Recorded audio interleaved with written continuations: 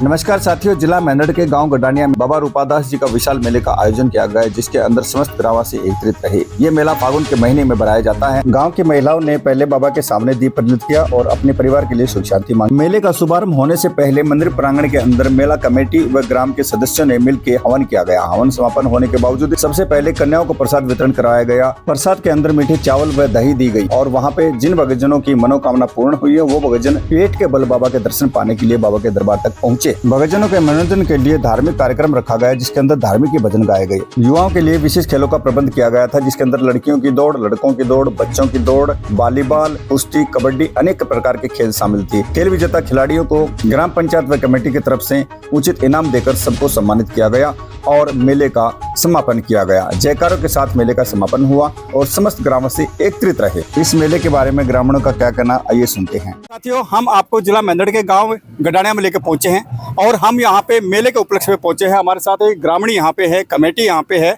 और बाबा रूपादास जी का मेला है। इसके उपलक्ष्य पे किस प्रकार से इन्होंने अपनी परंपरा को चलाया और क्यों इसे बाबा का मेला भरवाया जाता है, इसके बारे में हम चर्चा करेंगे। यहाँ ग्रामीण हैं, इनके साथ है और यहाँ युवाओं के लिए विशेष करके खेल का प्रबंध किया गया है और हर वर्ष इसी तरह खेल करवाते हैं। इसके अंदर बहन बेटियों का भी खेल है, उसके अंदर ज़्यादा से ज़्यादा संख्या में पहुँच के हर वर्ष से धुलंडी के दिन ये मेला लगता है, तो आप यहाँ पहुँचे और मेले की शोभा बढ़ाएं। हमारे साथ सबसे पहले गाँव के बुजुर्ग हैं, इनके मार्गदर्शन से हर काम होता है, तो ये विशेषकर इसे बाबा के बारे में बताएंगे। अपना परिचय दीजिएगा। मेरा नाम अमर सिंह है। बताइएगा जो आपकी जो परंपरा पूर्वजों ने चलाई, इसके बारे में और क्यों इस मेले को भराया जाता है। देखो, ये मेला है ना, जैसे बाबा है, इनका तो जन्म स्थल तो बता दिया सुल्ताना है, राजस्थान। उन्होंने यहाँ भी तपस्या की थी गडानिया आकर के, तो लोगों की श्रद्धा बढ़ी, उनके प्रति श्रद्धा हुई, तो ये मेला लगने लगा धुलंडी को। अच्छा, आस्था है इनकी। जब इसके साथ मेला लग गया तो लोगों ने सोचा कि भाई खेल कूद भी है, ताकि पब्लिक आ सके। यहाँ पर पब्लिक आने लगी, दहींदी चढ़ती है यहाँ पर, बहन बेटियाँ गांव की भी आती है और बाहर गांव के पहाड़ गांव नज़दीक खेड़ की है, उनकी भी आस्था है इसमें। तो यहाँ सब काम होता है। जैसे यहाँ से जाने के बाबा कई जगह रुके, पालड़ी पनियार में भी, दूंगड़ा में भी, चीतलाग में भी, और फिर वो डूगरवास में सब आ गए थे। क्या आज के दिन उन स्थानों पे भी बाबा के नाम से मेला लगता है? बिल्कुल, उनका मेला धुलंडी के दिन ही पालड़ी में भी लगता है, चीतलाग में। जी, इसी दिन मेला क्यों लगता है, धुलंडी के दिन ही क्यों लगता है, इसके बारे में बताइएगा। इसलिए लगता है कि इनका जन्म स्थान था ना जी, वहाँ से परंपरा पड़ी थी धुलंडी के मेले की। तो सुल्ताना में धुलंडी को था, यहाँ है तो यहाँ भी धुलंडी, और उसके आगे बढ़े जहाँ तक वो समाये नहीं है, जहाँ जा रहे हैं वहीं पर मेला धुलंडी को ही लगता है।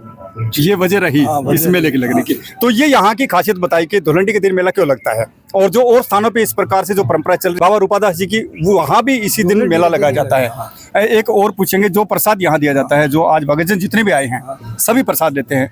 प्रसाद मैंने भी ग्रहण किया और बड़ा स्वादिष्ट प्रसाद बना, क्योंकि प्रसाद एक स्वादिष्ट होता है और इसके अंदर आप दही और मीठे चावल, विशेष करके यहाँ दही और मीठे चावल का प्रसाद दिया गया। वो क्यों दिया गया? ऐसा है, खिचड़ी है ना, हमारी पुरानी परंपरा है ना, उसमें खिचड़ी प्रधान रही है। दही और खिचड़ी ये प्रसाद में दिया जाता है। और खिचड़ी है, वैसे तो बहुत खाद्य पदार्थ आ गए एक से एक बढ़ गए, लेकिन हमारी पुरानी परंपरा वो खिचड़ी से ही है। इसी को हम सबसे बड़ाई भी मानते हैं और पुरातन भी मानते हैं। और दही तो खास करके यादव बाउल क्षेत्र है, तो दही का तो उपयोगिता होती है जी। इसीलिए कहते हैं कि हमारे जो बुजुर्ग होते हैं उनके पास अब की जो पीढ़ियां नहीं बैठती तो उन्हें ज्ञान प्राप्त नहीं होता। तो विशेषकर हमारा यही कहना है, अपने पूर्वजों के पास अवश्य बैठे, अपने दादा दादी के पास बैठे और उनसे वो ज्ञान की पुड़िया लें जो आपको भविष्य में काम आएगी। हमारे साथ भाई साहब हैं, ये भी इसी कमेटी के सदस्य हैं और कमेटी के सदस्य होने के साथ साथ इस गाँव के सदस्य भी हैं। इन्होंने भी इस मेले में अपनी भागीदारी दी है। तो आपका क्या विचार है इसी परंपरा को लेके? हम चाहते हैं कि आने वाले पीढ़ी हम इसको बढ़ाएं, जैसे हमने पूर्वजों से ज्ञान लिया है। इस मेले की शोभा लगा रहे हैं, आने जाने वालों को रिक्वेस्ट करके बुलाते हैं, मेला लगाते हैं, इनाम बांटते हैं, हमारे बुजुर्गों से इनाम बंटवाते हैं। ये हम भी ये चाहते हैं कि आने वाली पीढ़ियाँ हैं इसी परंपरा को आगे बढ़ाएं। जी, इसकी देखरेख के लिए, जैसे मेले के अंदर विशेषकर ये होता है कोई हरकत न हो, तो इसकी देखरेख के लिए आपके गाँव के जो युवा हैं वो क्या कार्य करते हैं? यहाँ बाबा की आस्था से कोई गलती करता ही नहीं, पहली बात ये है। दूसरी बात, ऐसी कोई बात होती ही नहीं कि कोई विवाद हो, कोई फंक्शन हो, सब भक्त जन आते हैं, वो संतुष्ट होकर अपने आप से ले जाते हैं, कोई झगड़ा होता ही नहीं, आज तक ऐसा हुआ ही नहीं है। ये यहाँ की इन बाबा का आशीर्वाद है और सही कहा इन्होंने, कोई झगड़ा ही नहीं होता। अभी हमारे साथ है भाई साहब हैं और युवा हैं, विशेषकर ये क्या बताना चाहेंगे? पहले तो मैं परम तपस्वी बाबा रूपादास जी महाराज की इस तपोभूमि पर दैनिक हरियाणा टाइम्स का स्वागत करता हूं, धन्यवाद करता हूं कि आज इस शुभ अवसर पर आपने यहां पधार कर हमारे इस मेले के महत्व को और अधिक बढ़ाया। आपने एक प्रश्न पूछा था कि बाबा रूपादास जी का मेला इसी दिन क्यों लगाया जाता है। जब सुल्ताना धाम से हमने उस परंपरा का निर्वाह किया है और बाबा रूपादास जी महाराज जहाँ जहाँ भी गए हैं, हर जगह हमारे इलाके में पालड़ी पनियारा, सुरजनवास, चिता डोंगरा, मुंडायन, हर जगह बाबा का मेला धुलंडी के अवसर पर लगता है और यही प्रसाद हर जगह दिया जाता है। ये प्रसाद, यही प्रसाद देने का औचित्य है कि मौसम का परिवर्तन होता है, यहाँ सर्दी से गर्मी ऋतु की शुरुआत होती है, बसंत ऋतु का आगमन यहाँ होता है, तो ये प्रसाद स्वास्थ्य की दृष्टि से भी और सभी जीव जंतुओं के लिए, पक्षियों के लिए और लोगों के लिए स्वास्थ्यवर्धक होता है और उत्तम होता है, पावन होता है। गेम आप करवाएंगे यहाँ पे, उसकी व्यवस्था किस प्रकार से की जाती है? ये पूरे गांव की भागीदारी होती है। और एक बड़ी बात इस मेले में भाई धर्मवीर ने बताया कि पूरे गांव की एकता की मिसाल है जी। कभी इस तरह की कोई अराजकता नहीं हुई है, कोई किसी प्रकार की मिस हैपनिंग नहीं हुई है मेले के अवसर पर। और गांव के जितने भी युवा लोग, बुजुर्ग जो बाहर भी रहते हैं, वो धुलंडी के अवसर पर माथा टेकने, बाबा का आशीर्वाद लेने के लिए यहाँ अवश्य आते हैं। जो लोग दूर नौकरी करते हैं, हो सकता है दीपावली के अवसर पर जैसे लोग आते हैं ना, इसी प्रकार से गडानिया गाँव के सभी निवासी धुलंडी के अवसर पर बाबा का आशीर्वाद लेने जरूर पहुंचते हैं, प्रसाद लेके जाते हैं। और ये प्रसाद केवल गडानिया के नहीं, आसपास के जितने भी गाँव के लोग हैं ना, वो सम्मान प्रसाद ग्रहण करते हैं, इसकी प्रशंसा करते हैं और विशेष तौर पर प्रसाद लेने के लिए, बाबा का आशीर्वाद लेने के लिए आते हैं। खेलों की बात आपने पूछी, यहाँ बेटियों की दौड़ होती है, वॉलीबॉल की प्रतियोगिताएं होंगी और कबड्डी कुश्ती तो बहुत पहले से, हमारे जन्म से पहले परंपरा का निर्वाह होता आया है, ये करते हैं। पूरे गांव की समुचित भागीदारी होती है, बिना किसी वाद विवाद के, बिना किसी निर्विवाद के। बहुत अच्छा जवाब दिया भाई ने। और यहाँ जो मेला लगाया जाता है, उस मेले की जो परंपरा थी वो भी इन्होंने बताई, क्यों इस मेले का यहाँ शुभारंभ किया गया।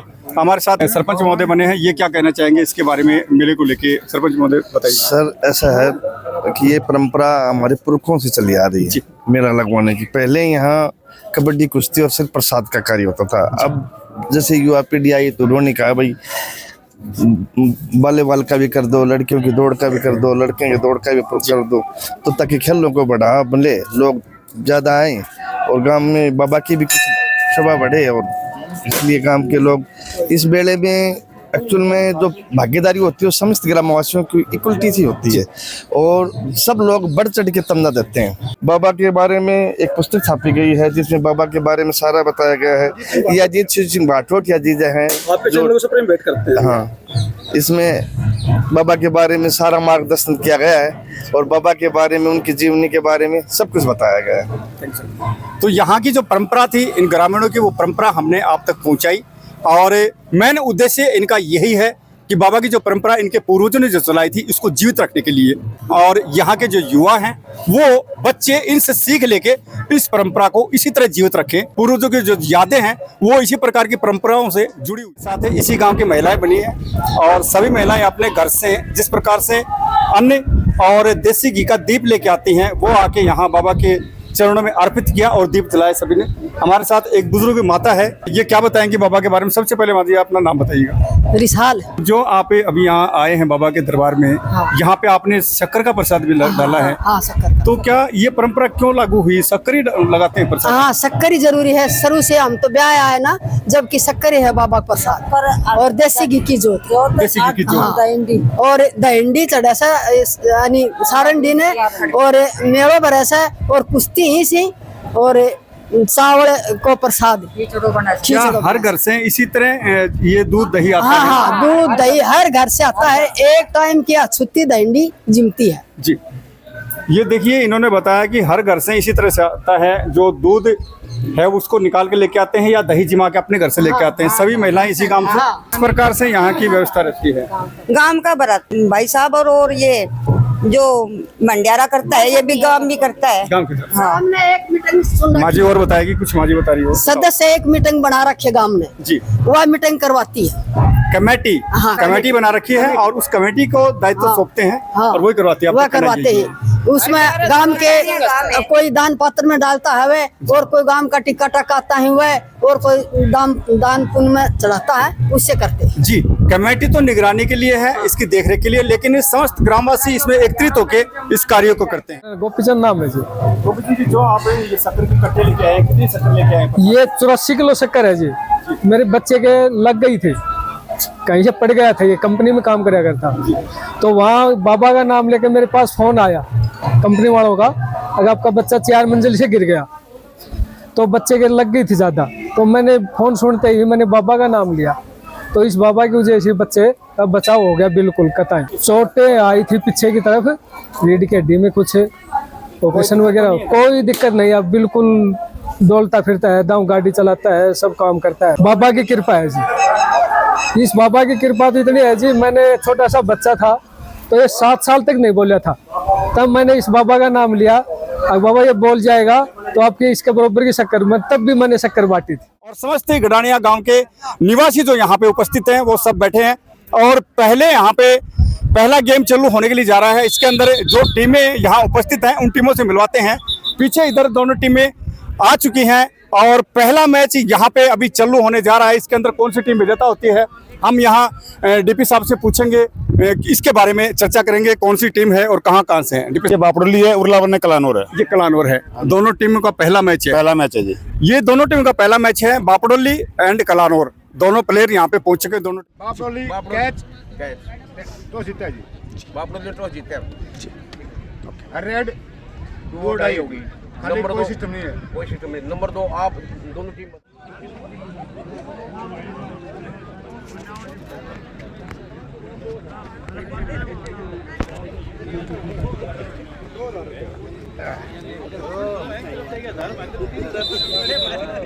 ना भाई